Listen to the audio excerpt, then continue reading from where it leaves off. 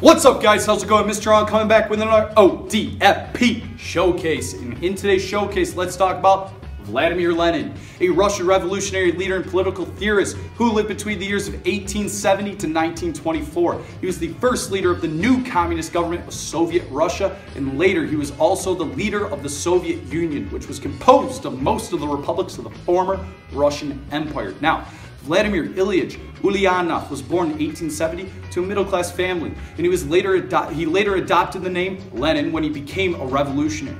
By all accounts, Lenin actually had a happy childhood and was known for excelling in school and looked up to his older brother Alexander. However, unfortunately, when he turned 16, his father died, and when he was 17, his beloved brother was hanged for plotting to kill this guy, Tsar Alexander III.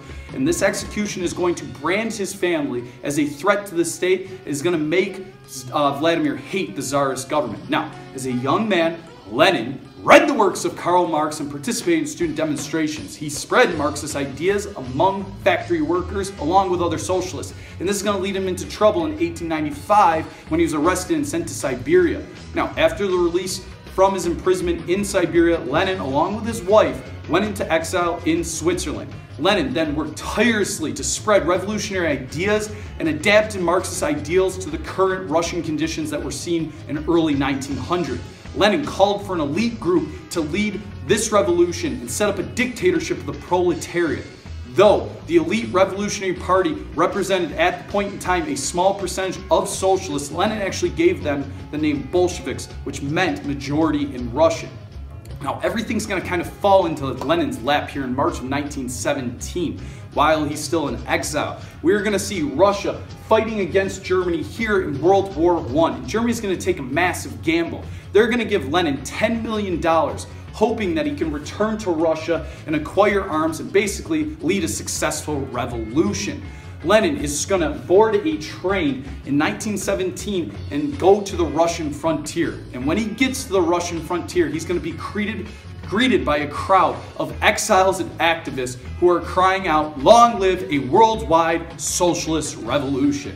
Now, once he gets to Russia, he gets right to work, and he's going to meet up with another dynamic Marxist revolutionary known as Leon Trotsky. Now, to the hungry, war-weary Russian people, Lenin and the Bolsheviks promised three things: peace, land, and bread. Peace represented an end to the Russian involvement in World War I.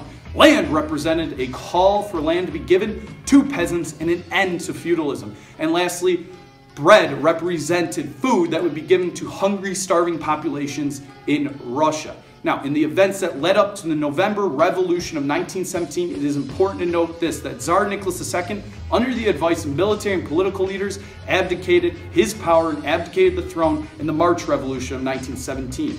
And a provisional government was established under the leadership of Alexander Kerensky. Now, Kerensky and the provisional government, they did two things wrong. They continued the war effort and they failed to create any land reform, and these decisions proved to be fatal, and it led to an increase in popularity for the Bolsheviks here in Russia. Now, by November of 1917, conditions were ripe, baby, for the Bolsheviks to get going and make a move. We were to see squads of Red Guards, armed factory workers join numerous sailors from the Russian fleet in attacking the provisional government. In just a matter of days, Lenin and the Bolshevik forces overthrew the provisional government without much of a struggle. They quickly seized power in other cities as well. For instance, in Moscow, they took over the Kremlin and actually made it their headquarters as well as their capital.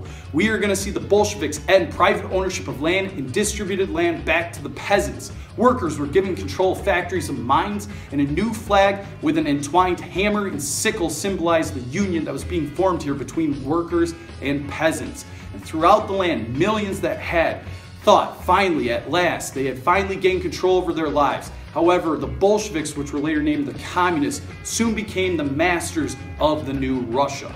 Now, after the November Revolution of 1917, guys, keep in mind this: Lenin quickly sought peace with Germany. Russia would later sign the Treaty of Brest-Litovsk in March of 1918, and it gave a huge chunk of its former territory, Russian territory that is, and its population to the Germans, okay? Now, civil war is going to soon follow the November Revolution 1917. And for 3 years, fighting ensued between the Reds, which were the communists, versus the counter-revolutionary forces known as the Whites. Now, the White Army was made up of Tsarist imperial officers and other minority groups who all united only because they wanted to defeat the communist Bolsheviks. The Allied powers of World War I also intervened here and hoped that the Whites might overthrow the communists and Lenin and support a fight against Germany. Now, the Reds appealed to nationalism and urged Russians to drive out the foreign Allied powers, and this is actually going to be the beginning of the communist distrust that was seen all throughout the Cold War to the West. Now, the Reds later won the Civil War due to their strategic position being in the center of Russia, and by 1921, guys, the communists had managed to defeat the scattered White Army.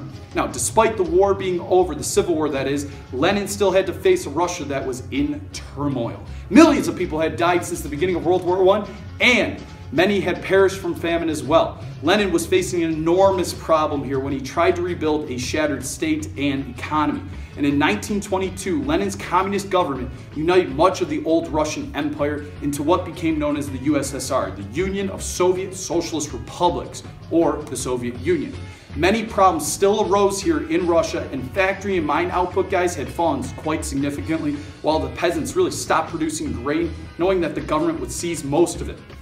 Capitalist ventures were soon allowed here in Soviet Russia under what became known as Lenin's new economic policy, or the NEP. It allowed some Russians to pursue capitalist ventures, and even though the state controlled all the banks, the foreign trade, and large industries, small businesses were allowed to reopen for private profit. Now, under the new economic policy, we're going to see peasants being allowed to sell their crops or surplus food crops for a little extra cha-ching, baby. Now, though this compromise with communism did work, all right, we are going to see the Soviet Union go back to its old communist ideals and ideologies, all right?